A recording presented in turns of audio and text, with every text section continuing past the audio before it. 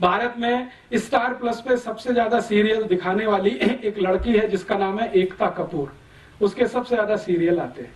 सौभाग्य से एक बार मुझे उससे बात करने का मौका मिला मुंबई में, तो मैंने उससे एक ही सवाल पूछा कि आपके जितने भी सीरियल हैं, सास भी कभी बहू थी, घर घर की कहानी, तेरी मेरी कहानी, इसकी कहानी, उसकी कहानी, ये सब सीरियल के प्लॉट्स कहां से आते हैं, कहानी कहां से आती है? तो उन्होंने कहा this is all imported. Plot तो सभी अमेरिका से हैं, यूरोप से आए हैं, कहानी सब वहां से आई है, उसमें हमने भारतीय पात्रों को फिट करने की कोशिश की है। तो मैंने कहा अब मुझे समझ में आ गया कि आपके सभी सीरियल में माताओं को ही सबसे ज्यादा गालियां क्यों दी जाती है।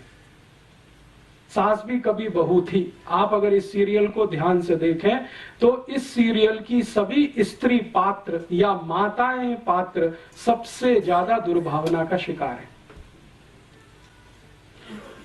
ऐसे ही कसौटी जिंदगी की या कहानी घर घर की, कोई भी सीरियल देखें, ये सभी सीरियलों को मैं देख नहीं पाता हूं, लेकिन इनकी स्टोरी जरूर पढ़ता हूं मैं, कभी अखबार में आती है, कभी मैगजीन में। तो उन सब सीरियलों में एक माता दूसरे के खिलाफ षड्यंत्र कर रही है, दूसरी तीसरे के खिलाफ, तीसरी चौथी के खिलाफ, ननद भाभी के खिलाफ, भाभी ननद के खिलाफ, माता जो है किसी और के, इसी तरह के षड्यंत्र षड्यंत्र षड्यंत्र माताओं के बीच में सबसे ज्यादा, पुरुषों में कुछ कम, क्योंकि ये सब इंपोर्टेड प्लॉट्स हैं, यूरोप से आए हैं अमेरिका, तो वहां तो माता तो कुछ है नहीं, तो उसके खिलाफ षड्यंत्र भी हो तो कोई महत्व की बात नहीं है। यहां तो बहुत कुछ उसी पर निर्भर है, लेकिन हमने चूंकि आयातित किया हुआ है, उसको हिंदुस्तान का थोड़ा मिर्च मसाला लगा के पेश किया हुआ है, तो सभी सीरियल उसी तरह के दिखाई देते हैं इस देश में। चूंकि हम अगर अपनी सभ्यता को ध्यान में रख के कोई सीरियल बनाएं और अपनी मान्यताओं को ध्यान में रख के बनाएं, तो इसके बिल्कुल विपरीत बनेंगे जो आज हम देख रहे हैं या दिखाए जा रहे हैं।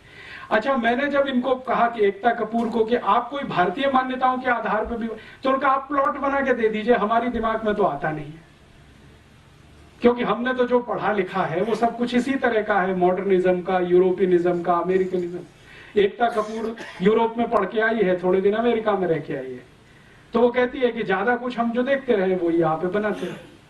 तो इस तरह का होता है, जब आप अंधानुकरण करते हैं, बिना सोचे समझे नकल करते हैं, तो इस तरह का उसमें से कुछ निकलता है। फिर हम अपना सिर पीटते हैं, अरे हमारी संस्कृति का नाश हो रहा है, सभ्यता का नाश हो रहा है। वो तो होगा ही, क्योंकि बिना सोचे समझे तो आप ये सब कर ही रहे हैं। कोई विचार तो होता नहीं, कोई बहस तो होती नहीं, कोई मुहाविसा तो होता नहीं इस देश में, ऐसे ही चलता जाता है। तो एक मात्र सत्तात्मक समाज हमारा, एक पितृ सत्तात्मक समाज उनका, अब कौन अच्छा कौन बुरा इसमें नहीं जाना चाहिए, वो अलग हम अलग।